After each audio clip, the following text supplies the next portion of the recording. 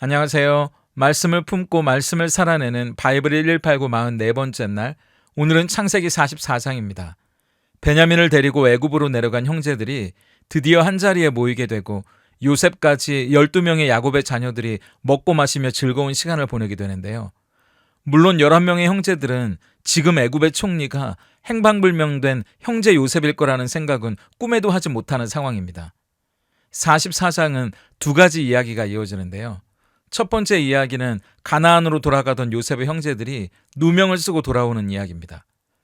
잔치가 벌어지고 난 뒤에 형제들은 시므온과 베냐민을 데리고 무사히 가나안으로 돌아가게 되는데, 요셉이 양식을 가득 넘치도록 들려보낼 뿐만 아니라 돈도 넉넉히 채워서 보내게 됩니다.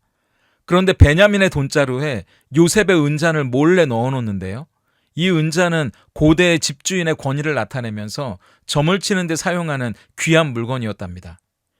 요셉은 베냐민에게 자기 은잔을 훔쳐갔다는 누명을 씌우려고 계획한 거였는데, 다시 한번 형들을 시험하고 자기 정체를 나타내려는 생각에서 형제들을 집으로 부르기 위해서였죠. 두 번째 이야기는 베냐민을 사이에 두고 요셉과 유다가 공방을 벌이는 내용입니다. 그렇게 다시 요셉의 집으로 돌아온 형제들은 두렵기도 하고 도대체 이게 어떻게 된 일인지 당황스러웠겠죠. 그때 넷째 유다가 나섭니다. 베냐민에게는 죄가 없고 어찌된 일인지 모르겠으니 형제들 모두가 공동 책임을 지겠다고 말하는데, 요셉은 단호하게 거절합니다.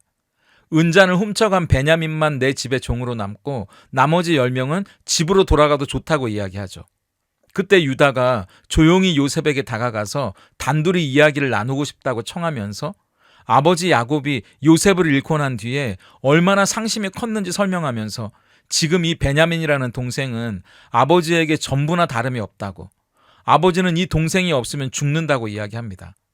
그런데 요셉과의 약속을 지키기 위해 본인이 모든 책임을 지고 데려왔으니까 유다 자신이 종으로 남겠다고 하면서 나머지는 가나안 땅으로 돌려보내달라고, 불쌍한 아버지를 봐서라도 동생 베냐민 대신 자기가 그 벌을 달게 받겠노라고 부탁하는 장면으로 이 44장이 마무리됩니다. 44장은 형제끼리의 잔치가 파하고 이제 홀가분한 마음으로 떠나는 형들 뒤에서 뭔가 모의를 꾸미는 요셉의 모습으로 시작하는데요.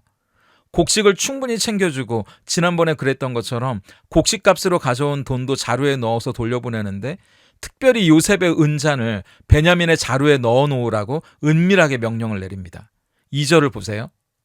또 내 잔 곧 은잔을 그 청년의 자루 아귀에 넣고 그 양식값 돈도 함께 넣으라 하매 그가 요셉의 명령대로 하고, 다음 날 전혀 영문도 모르는 형제들은 기분 좋게 아버지가 기다리는 가나안으로 떠나게 되는데, 그애나 요셉의 청지기가 쫓아와서 선을 악으로 갚느냐고 우리 주인의 귀한 은잔을 훔쳐간 사람이 여기 있다고 이야기하는 겁니다.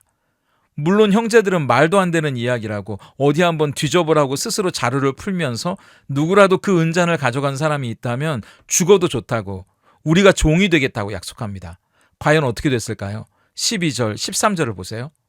그가 나이 많은 자에게서부터 시작하여 나이 적은 자에게까지 조사하매 그 잔이 베냐민의 자루에서 발견된지라. 그들이 옷을 찢고 각기 짐을 나귀에 싣고 성으로 돌아가니라. 두말할 것도 없이 베냐민을 타겟으로 요셉이 꾸민 일이니까 베냐민의 자루에서 은잔이 발견되는 건 당연하죠. 그런데 중요한 건 형들의 반응입니다. 여러분도 한번 생각해 보세요. 사실 우리 역사에서도 그렇고 사회에서도 그렇고요.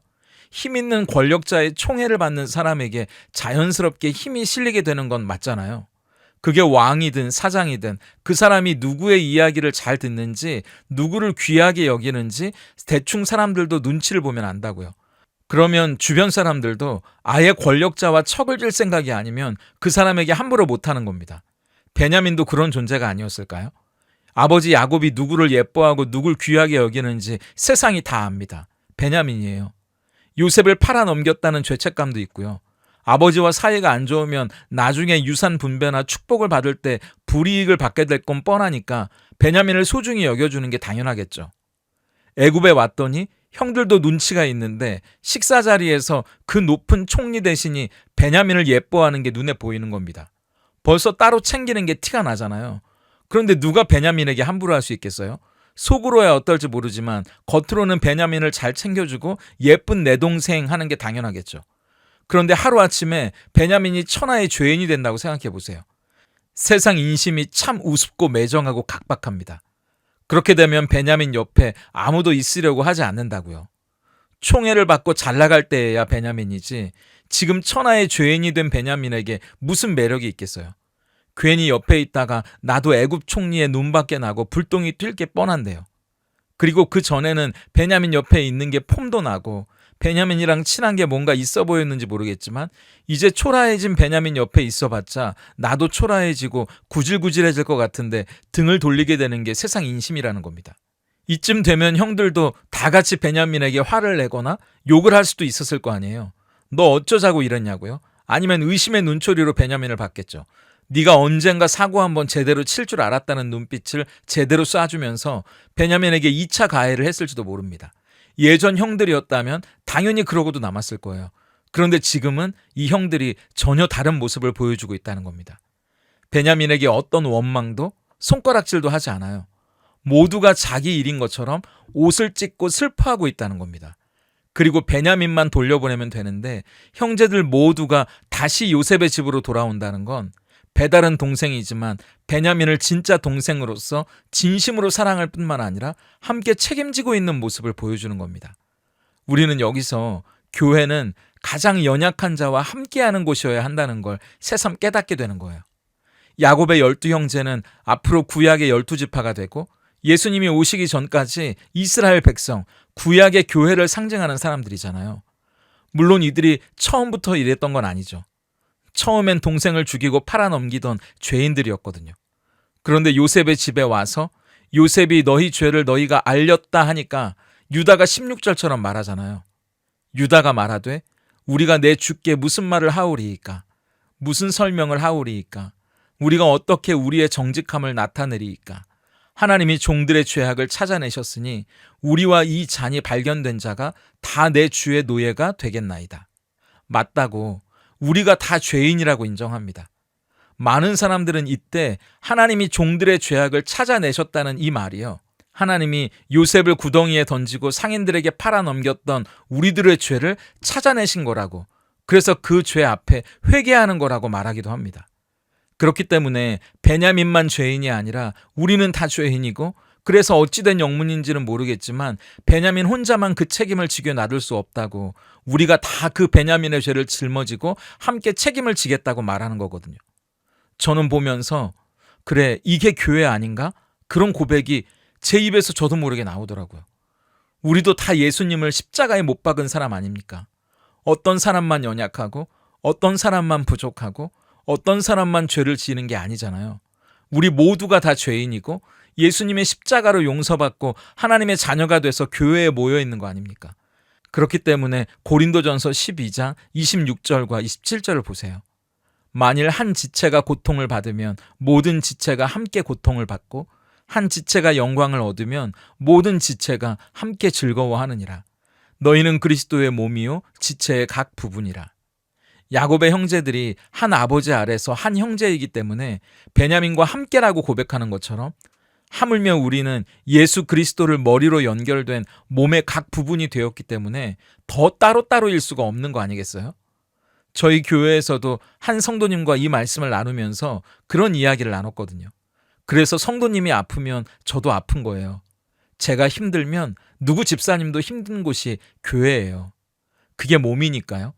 우리는 그리스도를 머리로 연결된 한 몸이기 때문입니다. 그러면서 고린도전서 12장 22절과 23절도 함께 나눴거든요. 그뿐 아니라 더 약하게 보이는 몸의 지체가 도리어 요긴하고 우리가 몸에 덜 귀히 여기는 그것들을 더욱 귀한 것들로 입혀주며 우리의 아름답지 못한 지체는 더욱 아름다운 것을 얻느니라. 그런즉 그러니까 연약한 분을 더 귀하게 여겨주고 덜 아름답게 보이는 분을 더 소중하게 대접해주는 곳이 교회여야 한다는 거죠. 오늘 우리가 모여있는 믿음의 공동체, 그 교회가 베냐민처럼 억울한 사람들과 함께 해주고 힘들고 어려운 일을 당한 사람과 함께 해주고 함께 그 짐을 나눠줄 수 있는 곳이 되면 좋겠다는 생각을 해보게 됩니다. 그러니까 연약한 분을 더 귀하게 여겨주고 덜 아름다워 보이는 분을 더 소중하게 대접해주는 곳이 교회여야 한다는 거죠. 우리는 다 연결되어 있으니까요. 오늘 우리가 모여있는 믿음의 공동체, 그 교회가 이렇게 베냐민처럼 억울한 사람들과 함께 해주고 힘들고 어려운 일을 당한 사람과 함께 해주고 함께 그 짐을 나눠줄 수 있는 곳이 되면 좋겠다는 생각을 해보게 되는 겁니다. 그런데 또 그런 생각이 드는 거예요. 어느 순간 교회가 잘나고 멋있고 괜찮은 사람들만 모여있는 곳이 되어버려서요. 베냐민 같은 일을 당하면 알아서 슬그머니 사라져버리는 곳이 되어버린 건 아닐까 하고요. 그게 아니라 그런 억울하고 힘든 일을 당한 베냐민들에게 괜찮다고, 우리가 함께 있다고, 끝까지 함께 할 거고 함께 그 짐을 나눠질 거라고 말해줄 수 있는 진짜 형제가 될 수 있는 곳이 저와 여러분의 교회가 될 수 있기를 소망합니다. 그렇게 베냐민만 혼자 두고 갈 수 없어서 함께 요셉의 집에 돌아온 10명의 형들은 이 모든 일을 계획한 요셉 앞에 함께 엎드리는데요. 넷째 유다가 대표로 요셉과 이야기를 주고받습니다. 요셉은 모든 걸 알면서도 일부러 형들을 몰아붙이면서 죄를 지은 베냐민만 종으로 남으면 되고 나머지 형들은 자유롭게 집으로 돌아가면 된다고 형들이 마지못해서라도 떠날 수 있는 명분을 만들어줘요. 형들이 진짜 베냐민을 어떻게 생각하는지 알고 싶었고 과거에 자기를 팔아넘기던 형들이 과연 그 못된 모습 그대로인지 확인해보고 싶었을 거예요. 그렇다면 조금만 무섭게 해도 나몰라라 베냐민은 내팽개친 채 뒷공무지를 뺄 게 뻔하니까요. 하지만 그런데도 끝까지 떠나지 않고 베냐민과 함께 한다면 형들은 변한 게 맞겠죠. 그렇기 때문에 우리 형제들이 베냐민과 함께 노예가 되겠다는 말도 코웃음을 치면서 베냐민만 두고 상관없는 너희는 빨리 떠나라고 다시 몰아붙이는 요셉에게 드디어 유다가 마지막으로 2가지 이야기를 합니다. 첫째, 우리 아버지 야곱은 베냐민이 없으면 죽는다는 겁니다. 사랑하는 요셉을 잃어버리고 난 뒤 베냐민까지 잃어버리면 아버지의 슬픔은 이루 말할 수 없을 거라는 말이에요. 30절과 31절을 보세요.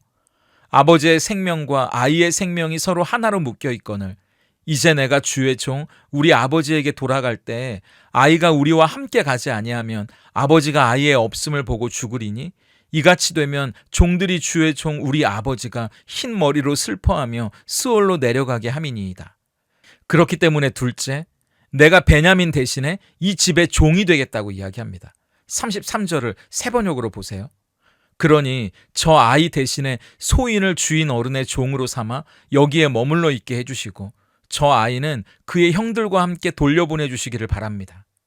저는 이렇게 말하는 유다의 모습을 보면서 참된 변화는 감동으로 이어진다고 말하고 싶습니다.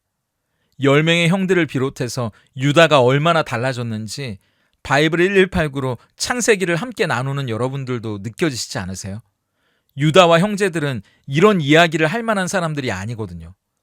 아버지의 슬픔을 헤아리기는커녕 아버지가 편애하는 그 자식을 미워했고요. 그래서 그 자식이 차라리 없어졌으면 좋겠다는 마음에 그를 죽이려고 구덩이에 던지고 상인에게 팔아넘기기까지 했던 사람들이었잖아요. 그런데 그런 사람들이 아버지의 생명이 자식의 생명과 연결되어 있다는 거, 아버지의 자식에 대한 사랑이 얼마나 큰지를 느끼게 되었다는 걸 알게 됐다는 거예요. 감동이죠. 이만큼 달라졌고 이만큼 자랐다는 겁니다. 그리고 베냐민 대신 자기가 처벌을 받겠다고 나서는 자기 희생을 보세요. 언감생심, 형들에게선 찾아볼 수 없는 모습이었잖아요. 구덩이에서 요셉이 살려달라고 울부짖을 때도 깔깔거리면서 그 옆에서 간식을 먹던 사람들이었거든요. 전혀 죄의식이라고는 느끼지 못했던 사람들이 오늘 이 죄를 내가 대신 받겠다고 나서는 사람으로 변화된 모습을 보게 되는 겁니다. 이게 감동인 이유는 이렇게 유다를 바꿔놓으신 분이 하나님이시기 때문이에요. 세상 사람들은 말하죠. 사람 고쳐 쓰는 거 아니라고요. 그만큼 고쳐지지도 않고 달라지지도 않을 거라는 냉소적인 관점에서 말하는 게 이해는 됩니다.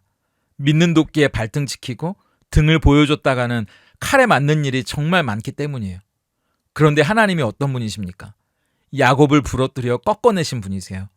바울을 새 사람 되게 불러내시는 일을 행하신 분입니다. 성경이 다 그렇게 하나님이 고쳐 쓰신 사람들의 이야기라고 할 정도잖아요. 유다가 이렇게 변화된 건 우리가 봤던 것처럼 그의 인생에 아들 둘을 먼저 떠나보내는 고통을 통해 아버지로서 야곱의 마음을 깨닫게 됐기 때문입니다. 며느리 다말과의 얼굴이 화끈거릴 만한 실수를 통해 누가 진짜 하나님 앞에 의인이고 누가 하나님 앞에 죄인인지를 깨닫게 됐기 때문이에요.